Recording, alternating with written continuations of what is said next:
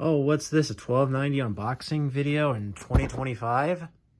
No, it's Breets.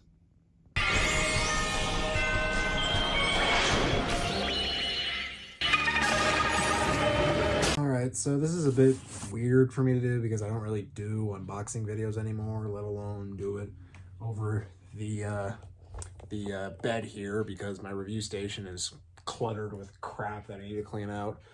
But yeah, 1290 unboxings, they're back. I wanted to make this specifically a video because I recently got done with Geets. I made a few community posts about that, and I do want to do Geets content here because I did kind of miss out on that in 2023, right before Guide Chart came around.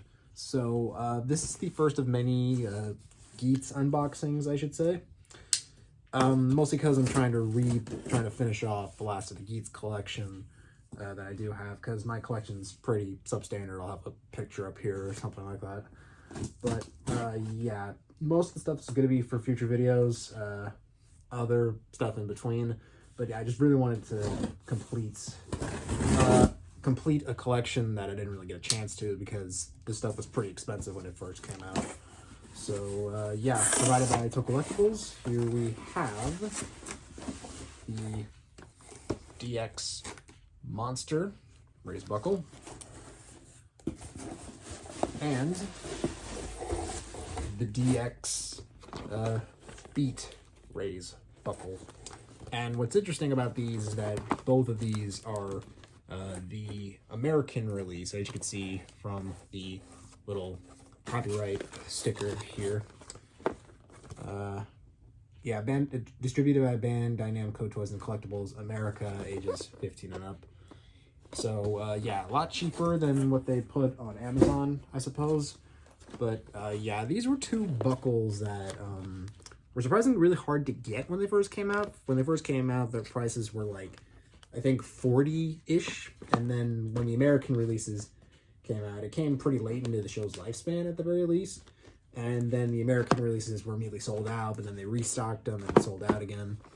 I don't know, Geets' like toy distributions were kind of awkward, if that makes any sense, because it was like because most of it was premium Bandai hell, what with Tycoon's ID core getting released, and then like having very specific ID cores for very specific riders released in like Television magazines and other such and such. So yeah, I think I'm going to go in chronological order here, so let's go ahead and just open up Monster, get some basic first impressions out of the way.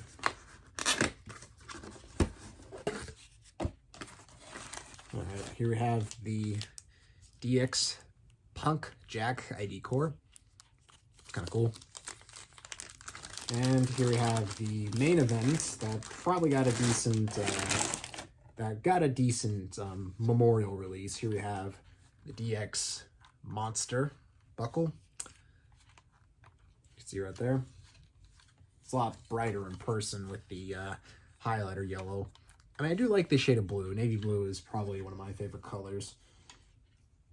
But yeah, it's nice. Time to give the baby a concussion.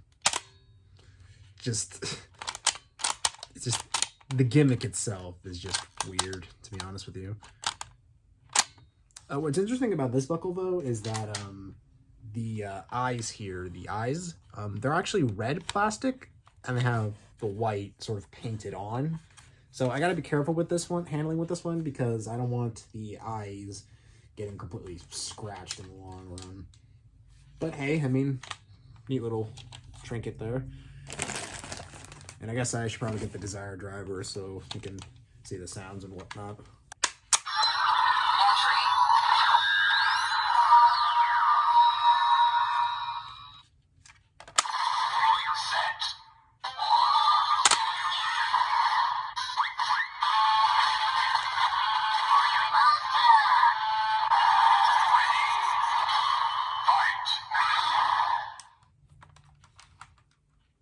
It's definitely a lot bulkier than the other buckles, mostly because like it's very hollow on the back here, so I don't know, it's massive and I don't mind it.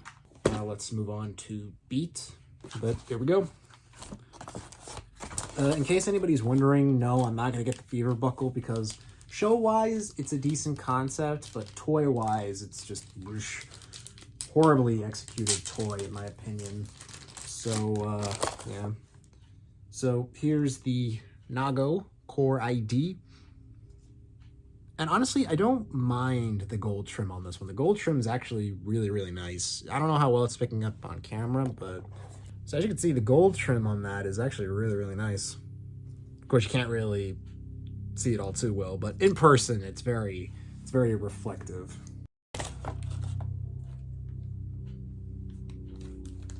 I don't know if I'm going to keep that in or not with the airplane noises, but... Yeah, just keep going. I'm not in the middle of something right now. Okay, here we have the Beat Buckle. See, it's actually a lot smaller in person than I thought it would be. I thought it would be like a lot bigger, like around this size specifically. But no, it's actually a lot smaller than what I was anticipating.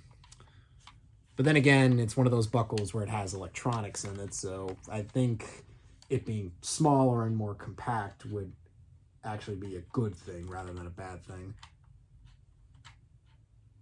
But yeah, the scratch disc here, it's actually on a more stiffer hinge. It's not loose. That was like my main gripe with this thing, is that I was hoping that the scratch disc wasn't anything looser. But the buttons do feel nice and very clicky. So if you wanted this to be a fidget toy, if you took the batteries out, there you go. So yeah, let's go ahead and just... there's no activation noise with this thing, but I don't mind it, to be honest with you. Well, let's just go ahead and demo some of the sounds here, so... It's actually a lot quieter in person, too. Wow.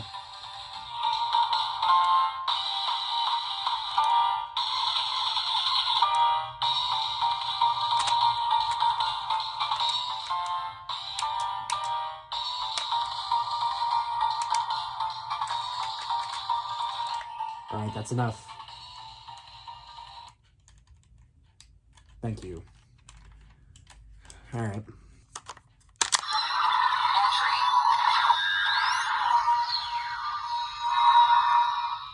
It's actually not that luminous.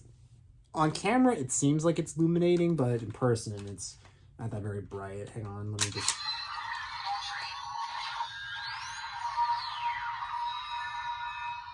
Yeah, it's not very luminant in person, but I can understand why they would want to release this specific ID core in sort of like a light kind of sandish gray color. But yeah. And for the purpose of this demo, I'm not going to be using the sounds in this thing because I don't really like loud overlapping sounds like that.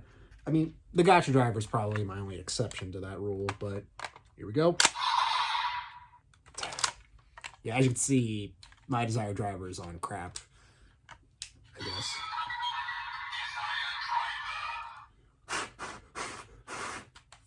I know it's bad juju to do that, but it works from time to time.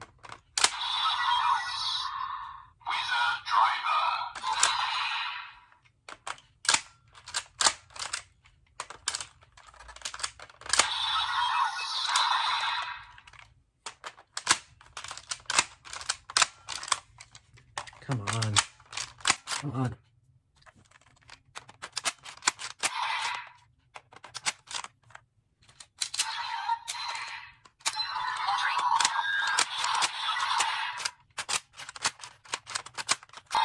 Okay, now I got it to work.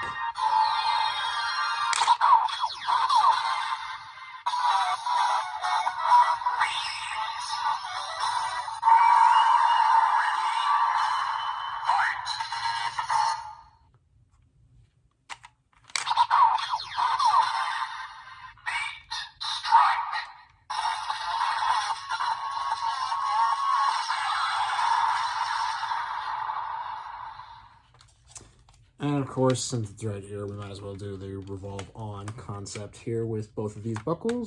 So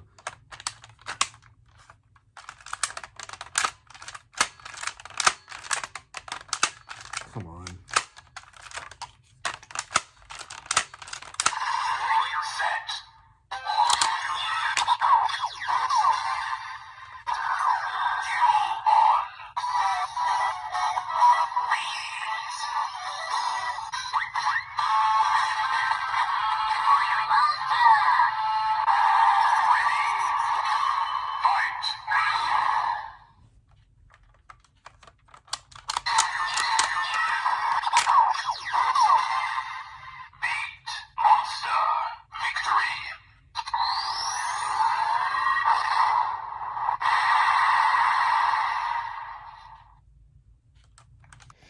Okay, I actually did pull my Geets box out from under my bed just so I can show you guys the full-on collection here, for the big buckles at least. The smaller buckles pretty much stayed the same from that little picture. So, yeah, here we have Magnum Boost, Ninja Zombie, Beat Monster, and then we have Power Builder and the Gigant's Arms buckle, I think, or the toolbox, I want to say that's what it's called. But yeah, that's essentially it for this video, honestly.